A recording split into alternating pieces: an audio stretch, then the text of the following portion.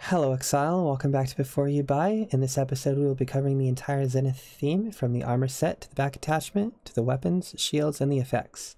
If any of that's something you're interested in buying, then this video will be everything you need to know before you do. Quick note before we begin the video, due to GGG's new style of releasing entire themes over a week and like the armor set at the end, we're going to be splitting up the video series into two specific sections. The Before You Buy will continue to exist kind of as it is, just like combos and a review of the theme and all the various parts of it and like how they work together and like kind of what's good and what's not.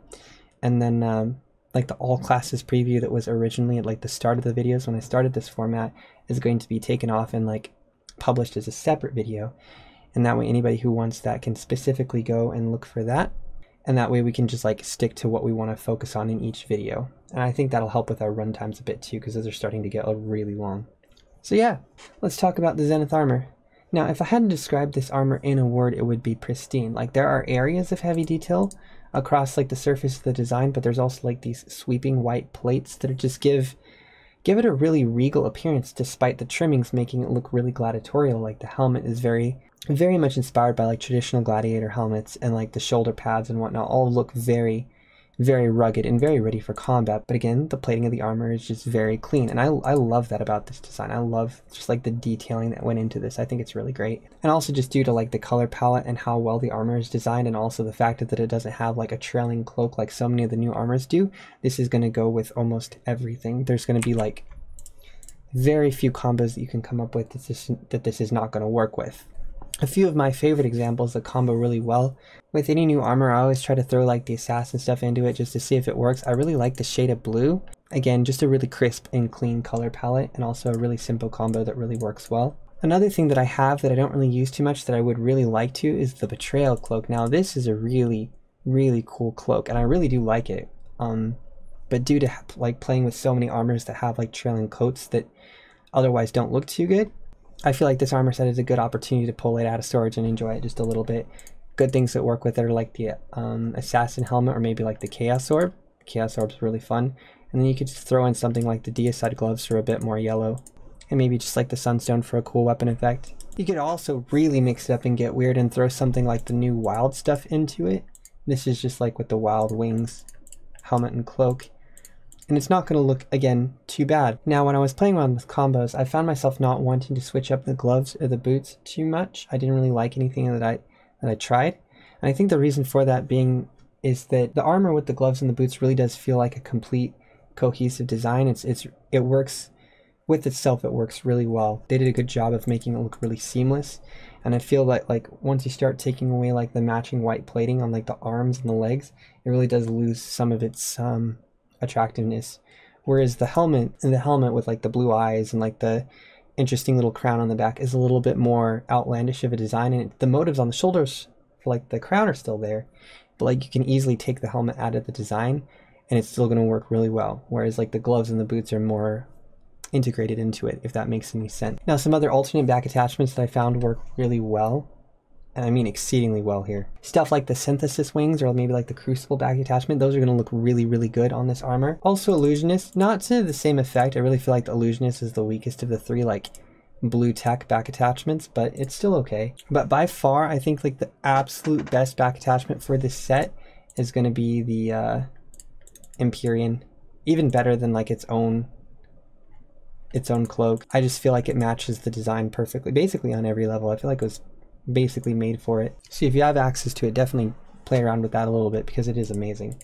And always combine stuff like the Sin and Innocence wings or like the Spectre back attachment, while expensive, are also cool like centerpieces that you can throw in to give the design a bit more flair. As far as like the Zenith back attachment goes, I really do like it. I'm a big fan of like the battle cape designs that we've gotten a few of in the last year, like the Empyrean, or like the Seraph battle wings? Seraph Grace? Seraph Battle cape. That one. I don't have it, but I like it.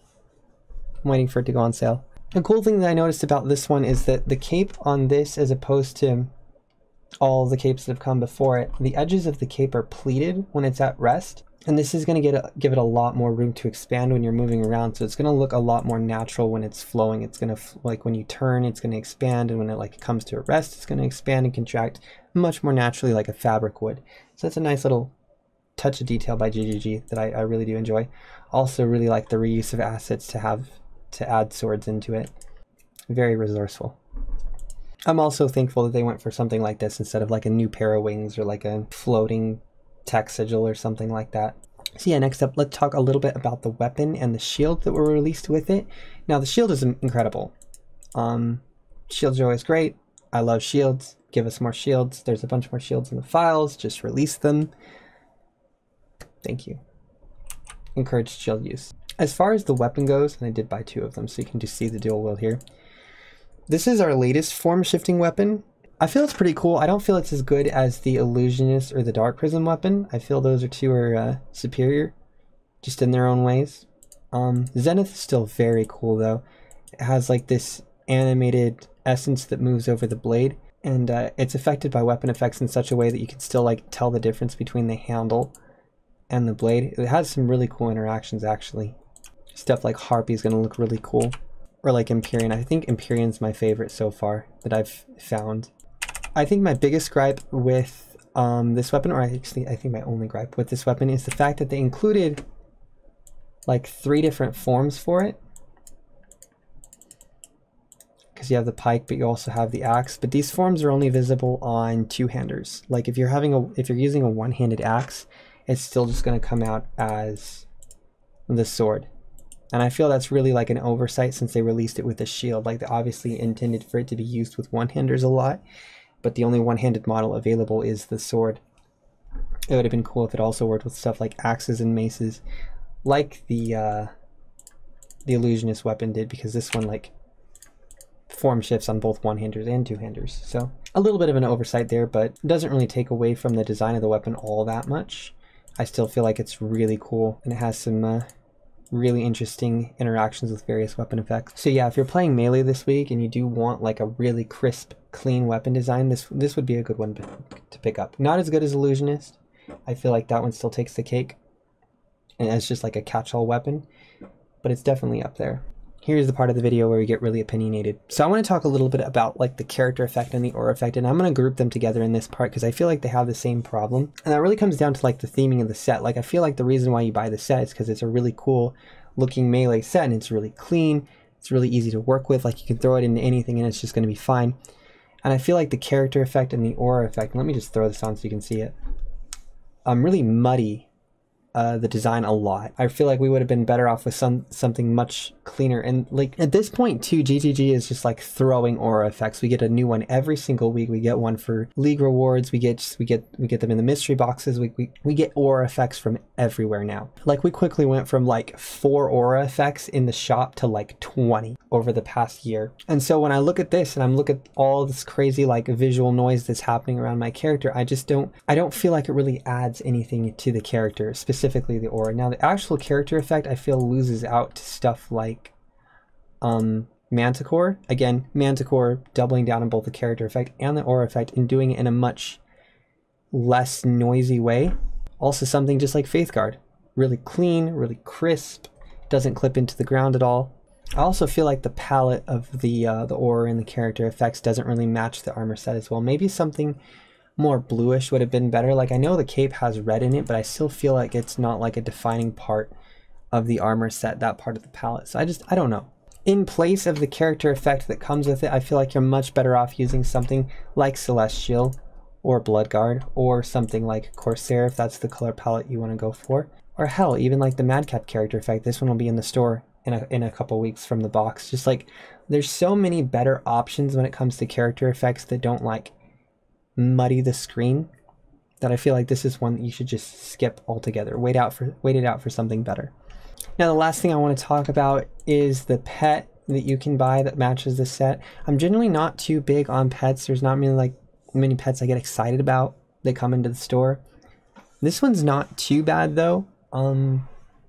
He matches the armor set really well. A bit more red and like dark brown in his design, but all in all it's still okay. I feel like if you like wanted to go for like a hunter trapper look, and you use like the Wrangler crossbow I have here, maybe like the synthesis hat, you could have like a hunter and just bloodhound type thing going on. But I don't know, up until this point I've never really thought about like using pets in like parts of combos. So it's like an interesting concept that I haven't really like dabbled in. And maybe if you do like to have pets that match your combos, maybe this is something that you would like to get. I mean, it's pretty good quality. I just don't know what I would name him, you know? Or feed him. So yeah, that's going to do it for me for this video, guys. I really hope you enjoyed it. I really hope it was helpful.